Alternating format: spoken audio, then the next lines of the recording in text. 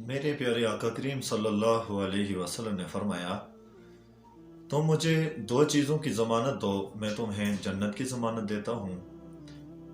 एक, अपनी ज़ुबान की मुझे ज़मानत दो, इसकी हिफाजत की मुझे ज़मानत दो। हिफाजत की ज़मानत क्या है? ज़ुबान की हिफाजत करने से मकसद ये है इसको काबू में रखना, इसके ऊपर मुकम्मल तौर पर कंट्रोल हासिल कर लेना।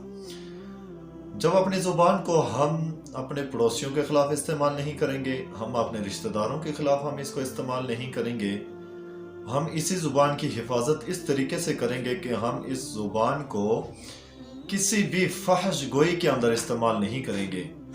हर तरह की बुराई वाली बातों से इस ज़ुबान को हम महफूज रखेंगे, बचा के रखेंगे। तो इससे मालूम यह होता है कि ज़ुबान को काबू में रखना इंसान के पास की बात है। इंसान की अंदर ये ताकत मौजूद होती है हर एक के अंदर कि वो अपनी ज़ुबान को काबू में रख सकता है।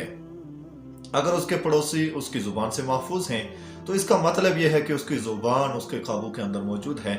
अगर उसकी ज़ुबान से कोई ऐसे फहश कलिमात नहीं निकल रहे हैं, इसका मतलब यह है कि उसकी ज़ुबान उसके काबू में है। अगर उसकी ज़ुबान किसी के खिलाफ गिबत करने, किसी के खिलाफ किसी की चुगली करने और किसी की बुराई करने से महफूज है, इसका मतलब ये हुआ कि उसकी ज़ुबान उसके काबू में है। ऐसे शख्स के लिए नबी करीम सल्लल्लाहु अलैहि वसल्लम ने फरमाया कि उसके लिए जन्नत की ज़मानत मैं दूंगा, कि वो जन्नती होगा। उसे जन्नत में दाखिल करने के लिए उसकी सिफारिश मुझ मोहम्मद सल्लल्लाहु अलैहि वसल्लम पर है।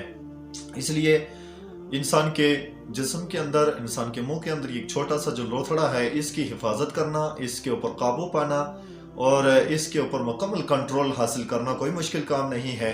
बल्कि अगर इसके कंट्रोल के अंदर रखेंगे तो हमारे लिए बड़ी आसानी वाली बात है कि हम जब इसके ऊपर काबू रखेंगे तो हमारे लिए आका करीम सल्लल्लाहु अलैहि वसल्लम बरोज़ महशर शफाअत फरमाएंगे।